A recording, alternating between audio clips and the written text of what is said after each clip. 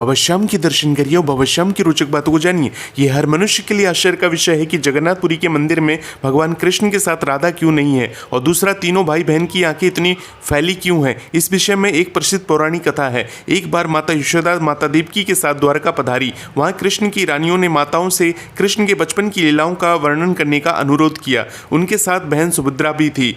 माता यशोदा ने कहा कि वह उन्हें कृष्ण तथा उनकी गोपियों की लीलाएं तो सुना देंगी, पर यह कथा कृष्ण और बलराम के कानों तक नहीं पहुंचनी चाहिए। सुभद्रा द्वार पर पहरा देने के लिए तैयार हो गई। माता ने लीलाओं का गान शुरू किया। भगवान की लीला का रसपान करने में सभी अपनी सुध बुध खो बैठे। सुभद्रा को भी नहीं पता चला कि कब भगवान श्री कृष्ण और बलराम वहां आ गए और उनके साथ ही कथा का आनंद लेने लगे। बचपन की मधुर लीलाओं को सुनते सुनते उनकी आंखें फैलने लगी। सुभद्रा की भी यही दशा हुई। वह आनंदित होकर पिघलने लगी। उसी समय श्री नारद जी वहां पधारे। किसी के आने का एहसास होते ही कथा रुक गई। नारद जी भगवान संग बलराम और सुभद्रा के ऐसे रूप को देखकर मोहित हो गए। वह बोले, भगवान आपका ये रूप बहुत सुंदर है। आप इस रूप में सामान्य जन को भी दर्शन दे।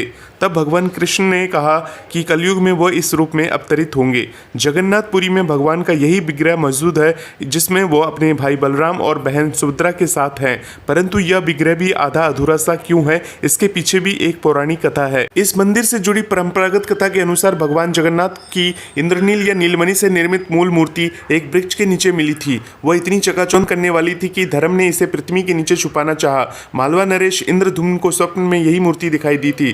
तब उसने कड़ी तपस्या की और भगवान विष्णु ने उसे बताया कि वो पुरी के समुद्र तट पर जाए और उसे एक लकड़ी का लट्ठा मिलेगा, उसी लकड़ी से वह मूर्ति का निर्माण कराए।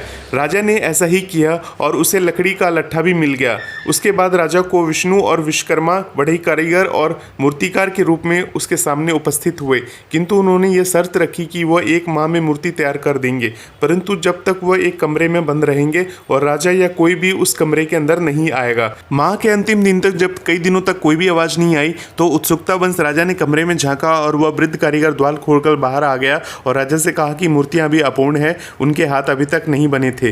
राजा के अफसोस करने पर मूर्तिकार ने बताया कि यह सब देववंश हुआ है और यह मूर्तियां ऐसे ही स्थापित होकर पूजी जाएंगी। तब वह तीनों जगन्नाथ, बलभद्र और सुभद्रा की मूर्तियां मंदिर में स्थापित की गई। बोले लखदातार की जय, शीश के दानी की जय, श्याम बाबा की जय। बोलिए जगन्नाथ बाबा की जय। जय श्री श्याम।